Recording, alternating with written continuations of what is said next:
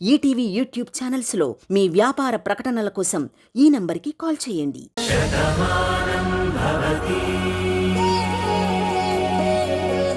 ఏంటి డాక్టర్ మీరనేది నిజమా? Yes Parthu. Thank you doctor, thank you so much. సరే కానీ రేపొకసారి తనని హాస్పిటల్కి తీసుకురండి. మిగిలిన టెస్టులు చూసి మెడిసిన్స్ రాస్తాను. తను హెల్తీగా ఉంటే బేబీ కూడా హెల్తీగా ఉంటుంది. ఓకే డాక్టర్, తప్పకుండా. మరి నేను వెళ్ళొస్తాను. అమ్మమ్మా చూడు, వెంటనే చాందినికి ఇష్టమైనటువంటి వంటలన్నీ చేసేసాయి. నువ్వు నాకు ప్రత్యేకించి చెప్పాలంటే నా ముని మనవరాలు తల్లి కాబోతోందంటే నాకన్నా ఆనందించేవాళ్ళు ఎవరుంటారు చెప్పు. ఇక చూసుకో, ఇల్లంతా గుమగుమలాడిపోతుంది వంటలతోటి. రే కార్తిక్, స్వీట్ షాప్స్ లో ఎన్ని రకాల స్వీట్స్ ఉంటాయో అన్నీ కూడా ఆర్డర్ చేసి తెప్పించేసాయి. మన 2 ఆఫీసులో చుట్టుపక్కల వాళ్ళకి అందరికీ పంచేసాయి. సరేనమ్మా, ఇప్పుడే తీసుకొస్తాను. బావా, కంగ్రాచులేషన్స్ బావా. Thank you Karthik. Babu, congratulations. పెళ్ళైన తర్వాత తండ్రి కాబోతున్నావన్న మాట వింటే మనస్సు ఎంత ఉప్పొంగిపోతుందో నాకు తెలుసు. నా కొడుకు లాంటి వాడివి నువ్వు తండ్రి అవుతున్నావంటే చాలా ఆనందంగా ఉందయ్యా. Thank you. థ్యాంక్ యూ అండి. చాందిని బాగా చూసుకో. అందరూ నా అల్లుడినే విష్ చేస్తారా? నా కూతుర్ని ఎవరు విష్ చేయరా? అయ్యో చెల్లెమ్మా, చూసావా చాందిని విష్ చేయలేదని ఈ తాతగారికి ఎంత కోపం వస్తుందో చూడు. అయ్యో మర్చిపోయాం, పదండి. పదండి పదండి. ఏదో అనుకుంటే ఏదో జరిగింది.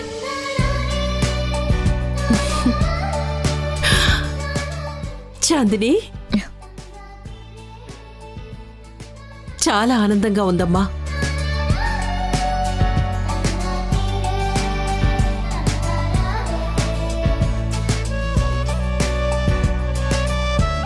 మీరు నా కడుపున పుట్టినప్పుడు తల్లిగా నేను పాస్ అయ్యాను. మిమ్మల్ని కళ్ళల్లో పెట్టుకుని పెంచుకొని మీరే ప్రాణంగా బతికాను. నా పిల్లలి పెళ్లిళ్లు చేసి వాళ్ళు నా కళ్ళ ముందే ఆనందంగా ఉంటే చూసి మురిసిపోతున్నాను.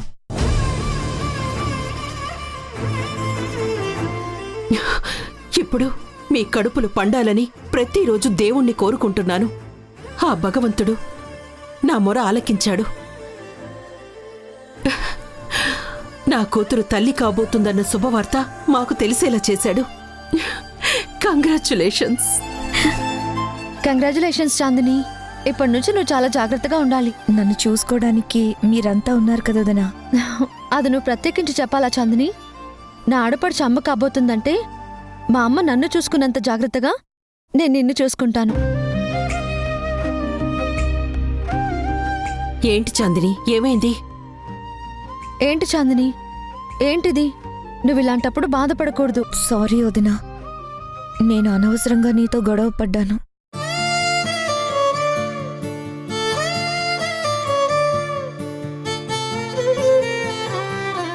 గొడవ పడ్డావని మాకు తెలుసు. అసలు మీ ఇద్దరికి గొడవ ఎందుకు వచ్చిందే? నిన్న మీటింగ్లో వదిన అలా మాట్లాడిందని మీ అందరికీ కోపం వచ్చింది కదా. అదే కోపాన్ని నేను వదిన మీద పెంచుకున్నాను.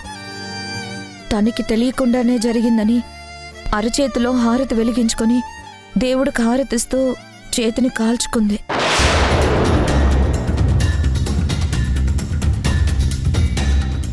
అయ్యో, ఏమైందమ్మా?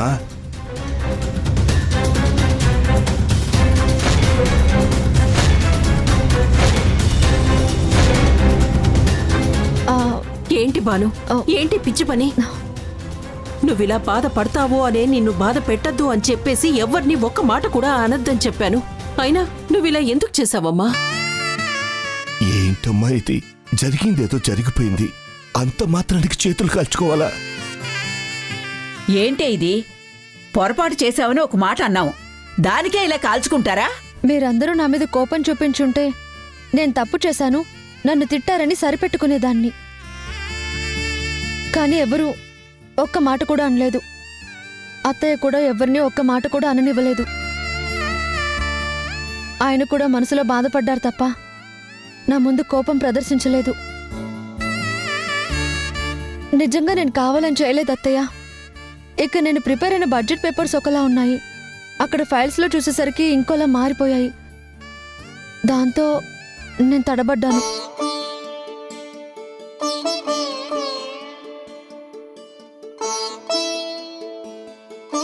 ప్రాజెక్టు మన చేయి జారిపోతుందని కవర్ చేసుకోవడానికి ఏదేదో చెప్పేశాను. కానీ చివరికి ఇలా అవుతుందని నేను కూడా ఊహించలేకపోయాను. అది నా తప్పే కదత్తయ్య, దానికి శిక్ష పడాలి కదా. చూడు, ప్రాజెక్ట్ మనకి ఇవ్వడం లేదని చెప్పేసి వాళ్ళెక్కడా ప్రకటించలేదు కదా. అయినా పేపర్స్ తారుమారైతే నువ్వేం చేస్తావు? పొరపాట్లనేవి అందరితోనూ జరుగుతాయి. నువ్వక్కడున్నావు కాబట్టి ఎందుకలా మాట్లాడావు అని చెప్పేసి అందరూ అనుకుంటారు. కానీ అలాంటి పరిస్థితుల్లో ఎవరున్నా అలాగే మాట్లాడతారమ్మా. అది నేను ఆలోచించాను కాబట్టే నిన్నేమీ అనలేదు. కానీ నువ్విలాంటి పని చేస్తావని చెప్పి నేను ఊహించలేకపోయాను. చూడు, నిన్ను బాధ పెట్టి సంతోషించేవాళ్లు ఇక్కడ ఎవ్వరూ లేరు భాను. చూడమ్మా, నువ్వు హ్యాపీగా ఉండాలని కోరుకునే వాళ్ళు మాత్రమే ఇక్కడున్నావు. కార్తీక్, అమ్మా. తనని తీసుకెళ్లి చేతికి ఆయింట్మెంట్ రాయి. అలాగే అమ్మా. పర్వాలేదత్తయ్య, అదే తగ్గిపోతుందిలే. ఇప్పుడే చెప్పాను కదా బాను, నువ్వు బాధపడితే ఆ బాధని ఎవరూ భరించలేమో అని.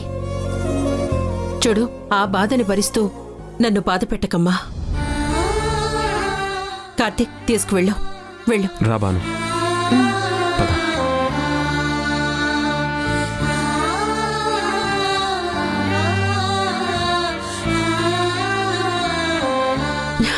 చాందిని,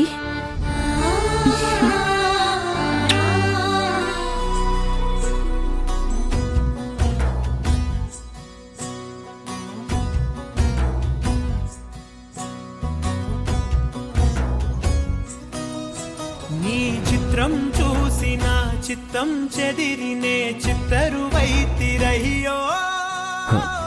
సారీ భాను, నీ మీద నాకొచ్చిన కోపం ప్రేమతో కూడిందే కానీ పగతో వచ్చింది కాదు. ఎందుకంటే ఈ ప్రపంచంలో అమ్మ తరువాత అంత ఇష్టమైన వ్యక్తివి నువ్వు. నువ్వు ఓడిపోవడం నేను తట్టుకోలేను. నువ్వెప్పుడు అందరికన్నా గొప్పగా ఉండాలని కోరుకునే వ్యక్తి నేను. అందుకే నువ్వు CFO కావాలని నా పోస్ట్ అడిగితే నాకు బాధ అనిపించలేదు. నా భార్య నా స్థానంలోకి వస్తుందని ఆనందపడ్డాను. నిన్న సెమినార్లో నువ్వే గెలుస్తావని ఎంతో నమ్మకంతో వచ్చాను. కానీ నువ్వక్కడ తడబడేసరికి తట్టుకోలేకపోయాను. అంతా బాగానే మాట్లాడావు, కానీ బడ్జెట్ పేపర్ సరిగ్గా లేవు కాబట్టి తడబడ్డావని తెలిసేసరికి నా కోపంలో అర్థం లేదనిపించింది. అందుకే నీకు సారీ చెప్తున్నాను.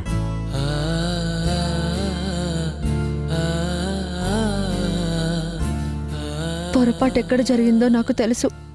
ఇదంతా నీలిమ చేసింది అన్న విషయం కూడా నాకు తెలుసు.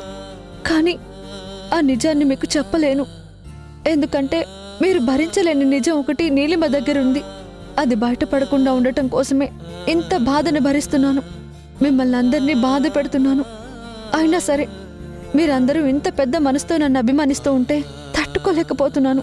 మనసారా నా బాధని మనసు పంచుకున్న మీతో కూడా చెప్పలేని పరిస్థితుల్లో ఉన్నాను.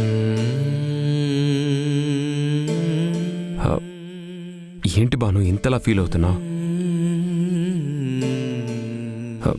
చాందిని ప్రెగ్నెంట్ అయినందుక? అదేంటండి అలా అంటున్నారు? చాందిని తల్లి కాబోతుంటే నేనెందుకు బాధపడతాను? నా మనసేంటో మీకు తెలీదా? ఇదేమీ నేను తప్పుగా అనటం లేదు భాను. వారసుడు కావాలని అమ్మ మనల్ని అడిగింది. నిజానికి ముందు మనమే ఇవ్వాలని కోరిక నీకు ఉండుంటుంది కదా. ఈ శుభవార్త అందరికన్నా ముందు మనమే చెప్పాలనుకున్నాం. కానీ కొన్ని కారణాల వల్ల మనం కలవలేకపోయాం. వారసుడు కాకపోయినా అమ్మకి మనవరాల్నివ్వడంలో పార్థు చాందిని మనకన్నా ముందున్నారు. అందుకే అలా అడిగాను.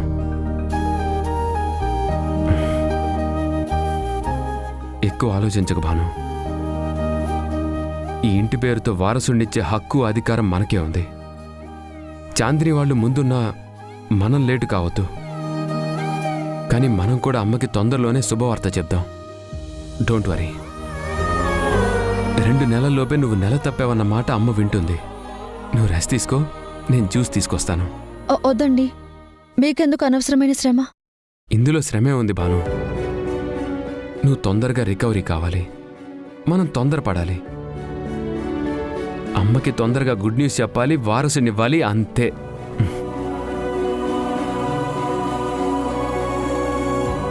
ఒక భర్తగా మీరు ఇలా ఆశపడటంలో తప్పు లేదండి. ఈ ఇంటికి వారసుని ఇవ్వాలి అనుకోవడంలో ఎలాంటి పొరపాటు లేదు. మీ కల నెరవేర్చే అవకాశం నా దగ్గర లేదు. ఆ నీళ్లు మా చేతిలో ఇప్పుడు నేను బందీనయ్యాను. ఒక మంచిని చేయడం కోసం ఆ వంచకురు అలా ఆడిస్తున్నట్టు ఆడుతున్నాను. మిమ్మల్ని బాధ పెడుతున్నాను.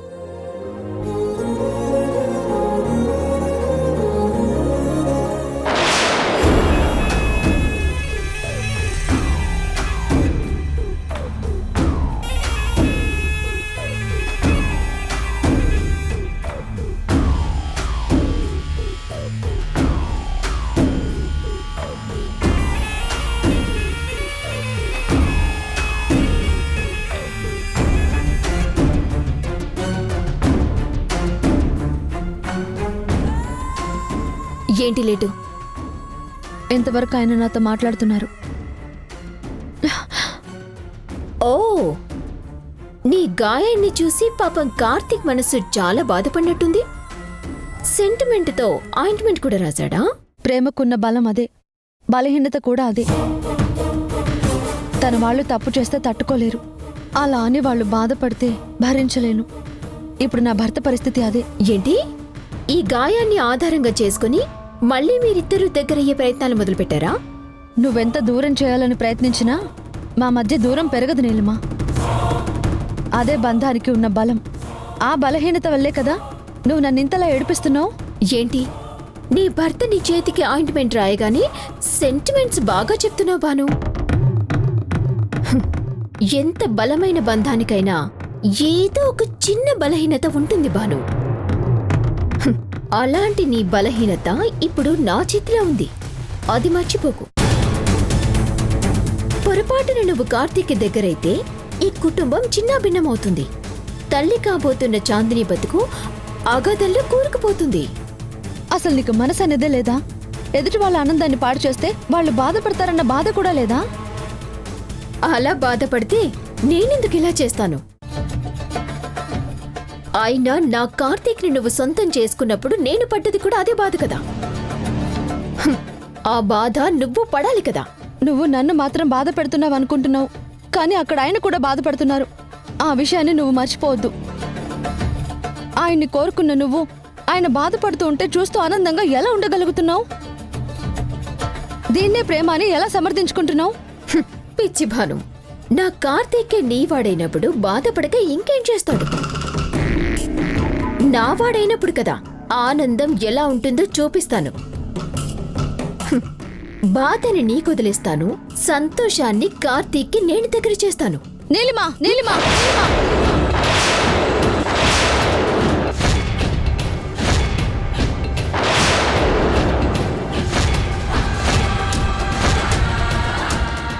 ఇప్పుడు నీకంత సీన్ లేదు బాను. నీకు కోపం పెరిగితే నా చెంప మీద కొట్టగలవు, కానీ నాకు కోపం పెరిగితే నేను ఈ కుటుంబం మీద కొడతాను, అది మర్చిపోకు. చూసావా పరిస్థితులన్నీ నాకు ఎలా సహకరిస్తున్నాయో? చాందిని తల్లి కాబోతుంది. మీ అన్నయ్య శివ మీద కోపం ఆంటీకి ఇప్పటికీ తగ్గలేదు. ఇప్పుడు నేను వెళ్ళి ఆంటీ నీ కొడుకుని చంపిన శివాయే ఈ పార్థు అని, ఆ రూపానికి ప్రతిరూపాన్ని మీ కూతురు మోస్తుంది అని చెప్పానే అనుకో, పాపం మీరు ప్రేమించే మీ అత్తయ్య పరిస్థితి ఏమవుతుంది? ఆ కోపంలో మీ అన్నయ్యనైనా చంపుతుంది, లేదా తనని తానే చంపేసుకుంటుంది. వద్దు, అలా జరగకూడదు నీలిమ, అలా జరగకూడదు ప్లీజ్. అక్కడితో అయిపోలేదు భాను, అప్పుడు బాధపడుకు. ఈ నిజం చాందినికి తెలుస్తుంది. అసలే శివ విషయంలో చాందిని ఎంత గొప్పగా ఉందో నీకు తెలుసు కదా. అలాంటిది శత్రువుతోని తన జీవితాన్ని పంచుకున్నాను, అతని రూపానికి ప్రతిరూపం తన కడుపులో పెరుగుతుంది ఆ రూపానికి తనే ప్రాణం పోస్తున్నాను అని తెలిస్తే కోపం పట్టలేక మీ అన్నయ్యని చంపి తను చచ్చిపోతుంది. ఇదంతా చూస్తూ బామ్మ తట్టుకోలేదు. పాపం వయసైపోయింది కదా, మీ నాన్న కూడా భరించలేరు. అతి మంచితనం కదా. ఇంకా మనోహర్ అంకుల్ సంగతి, ఛీ, అందరూ పోయాక నేనెందుకు బతకాలి అని ఆయన కూడా ఆత్మహత్య చేసుకుంటారు. ఇంతమంది పోవటానికి నువ్వు కారకురాలి అవుతావు. అలా జరగటానికి కారకురాలివి నువ్వు అని తెలిసి కార్తిక్ నీ మీద అసహ్యం పెంచుకొని నిన్ను వదిలేస్తాడు. బాధలో ఉన్నవాణ్ణి ఓదార్చటం సులువవుతుంది, నాకు దగ్గరవుతాడు. చూసావా నాకు ఎంత మంచి జరుగుతుందో? నువ్వు చెయ్యెత్తితే జరిగేది ఇదే భాను. అందుకే నేను చెప్పింది వినటం, నా చెప్పు చేతుల్లో ఉండటం తప్ప నీకింకో వేరే దారి లేదు. చూడు భాను, నువ్వు అనవసరమైన తెలివితేటలు చూపించావనుకో, నేను నీకన్నా తెలివైన దాన్ని. అది మర్చిపోకు.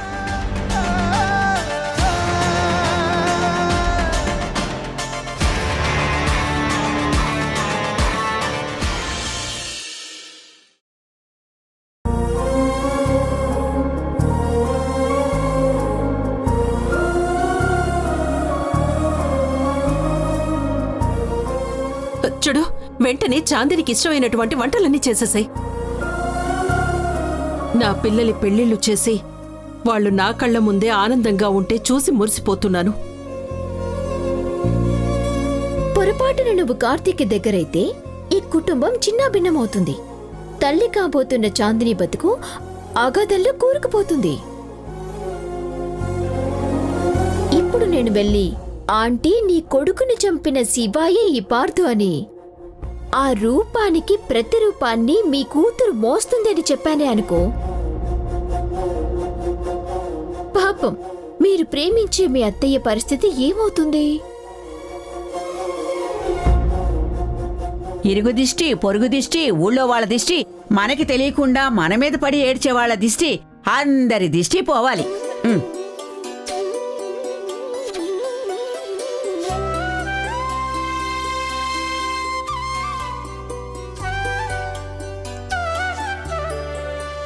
ఉమ్మవే. ఏంటి బామ్మ, నేను నీ చేతుల్లో ఉమ్మడం ఏంటి? ఇలా ఉప్పు దిష్టి తీశాక థూ అని ఉమ్మెయ్యాలే, అప్పుడే దిష్టి పోతుంది. అమ్మమ్మ చెప్పింది కదా అను. థు, థు.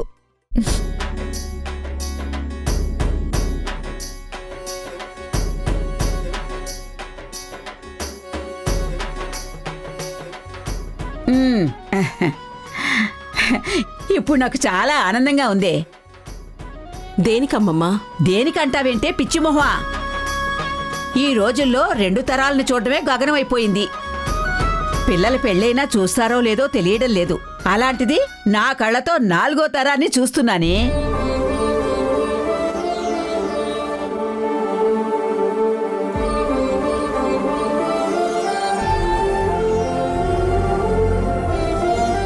నిన్ను నా చేతుల మీదుగా పెంచాను. నీ పిల్లలకి ఈ చేత్తోనే పురిటి నీళ్లు పోశాను. ఇప్పుడు వాళ్ల పిల్లలకు కూడా నేనే నీళ్లు పోస్తాను. ఇంతకన్నా అదృష్టం ఇంకెవరికుంటుంది చెప్పు? అదృష్టం నీది కాదమ్మమ్మా, మాది. నీ అంత పెద్దదాని చేతుల మీదగా నా పిల్లలు, వాళ్ల పిల్లలు పెరగడం అనేది నిజంగా మా అదృష్టం. ఏమే బాను, ఈ శుభవార్త ముందు నువ్వు చెప్తావేమో అనుకున్నాను. ఎందుకంటే వీడు ప్రతిరోజు మల్లెపూలు పట్టుకుని తిరిగేవాడు కదా. బామ్మా, అది నాకు తెలుసులేరా, హడావిడి చేసిన మీరు మామూలుగానే ఉన్నారు. బయటికి కనపడకుండా వీళ్ళు మాత్రం ఇంత పని చేశారు. ఒసే బాను, దీని కడుపున పిల్లలు పుడితే ఆనందంగా ఉంటుంది. అదే నీ కడుపు పండితే ఈ ఇంటికి వారసత్వం అవుతుంది.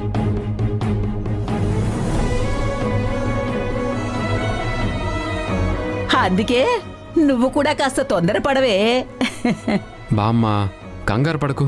తొందరలోనే మేము గుడ్ న్యూస్ చెప్తాం. ఆ మాట నువ్వు కాదురా, దాన్ని చెప్పమను. ఏంటి బామ్మ, మా చెల్లెలేమన్నా తక్కువ అనుకుంటున్నావా? ఖచ్చితంగా వాళ్ళు కూడా త్వరలోనే వారసుని ఇస్తారు ఇంటికి. చూసావా బాను, ఇటు మీ అన్న అటు మీ ఆయన నీ మీద మాట పడనివ్వటలేదు. ఆ అదృష్టం అంటే నీదే. అదృష్టం నా కూతురుదే కాదమ్మా, నా మేనకోడలది కూడా. తన కడుపున ఇప్పుడు పుట్టబోయేది ఎవరనుకుంటున్నారు? అది ఈ ఇంటి మనిషే.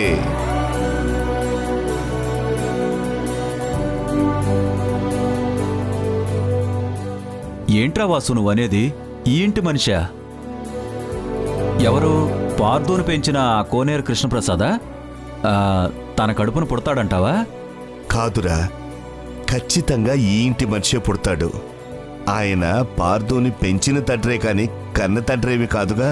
పార్దో మీద ఎంతో అభిమానం ఉండొచ్చు, కానీ అంతకు మించి ఇంకో వ్యక్తి అభిమానమే చాందిని కడుపులో ప్రాణం పోసుకోబోతోంది. అమ్మా చెల్లెమ్మా, ఇన్నాళ్ళు నీ పెద్ద కొడుకు రాము దూరమయ్యాడని ఎంతో బాధపడ్డావు కదా. మా వల్లే నీకు కడుపు కోత మిగిలిందని ఎంతగానో కన్నీళ్లు పెట్టుకున్నావు. అది ఆ రోజు అనుకోకుండా జరిగిన విషయం. ఆ భగవంతుడు చిన్న చూపు చూసి చిన్న వయసులోనే మన రాముని తీసుకువెళ్ళిపోయాడు. అప్పుడు నీ ప్రేమని పూర్తిగా పొందలేకపోయాడు కాబట్టే ఇప్పుడు నీ కూతురు కడుపులో ప్రాణం పోసుకుని మళ్ళీ నీకు మనవడిగా మళ్ళీ నీ ఇంట్లోనే అడుగు పెట్టబోతున్నాడు. నీ ప్రేమని పూర్తిగా పొందాలనే మళ్ళీ ఈ ఇంట్లోనే పుడుతున్నాడమ్మా. అందుకే చాందిని కడుపున పుట్టబోయేది నీ పెద్ద కొడుకు రాముయే.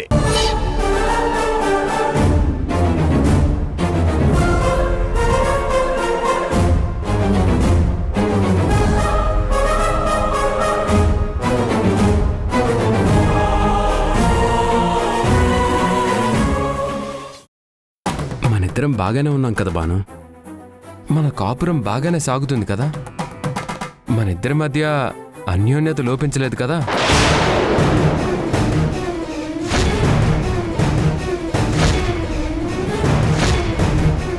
అంటే నువ్వు చెప్పు బాను, మన మధ్య దూరం ఉందా లేదా?